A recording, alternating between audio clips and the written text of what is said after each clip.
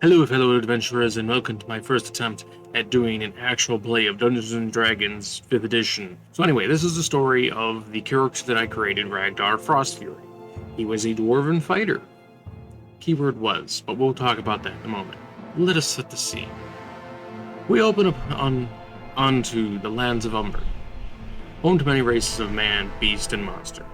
Our adventures begin with a young dwarf leaving his mountainous homeland and crossing into the borderlands outside of his clan's holdings. This dwarf is named Ragnar Frostfury, and he has been exiled until he can return with the relic lost in the last Goblin War.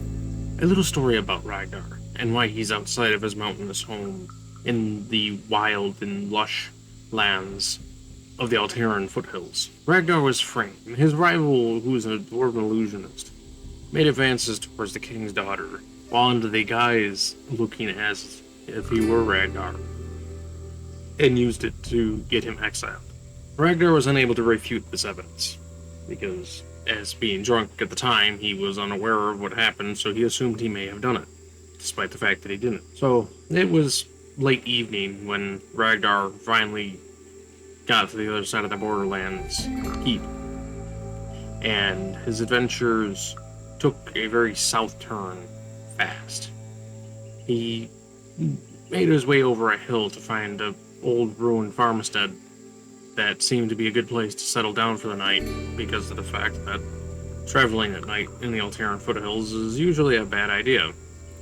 Granted, dwarves have dark vision, but unfortunately for Ragnar, he's one dwarf, and usually orcs and larger goblinoids tend to lurk out at night in these areas.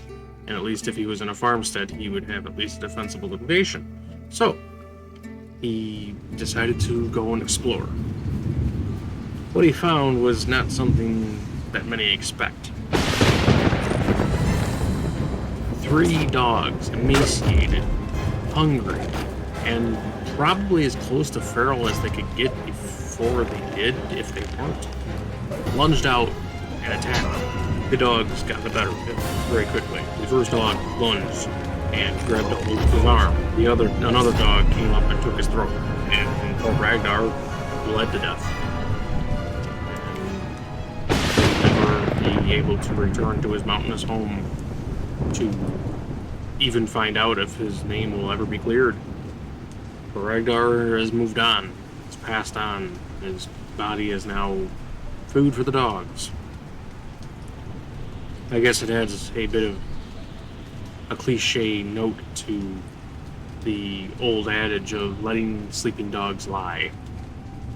I wanted to know, what did you think? Did you like this story? Is this something that sort of fits the bill for the idea of an actual play, of a role-playing episode that isn't so much role-play, but more of a retold story with some cinematics? But anyway, now we're going to get into the stat breakdown of how this actually really occurred. I mean, his stats weren't that bad. He had a 14 strength, a 10 dexterity, a 15 constitution, 8 intelligence, 13 wisdom, and a 10 charisma.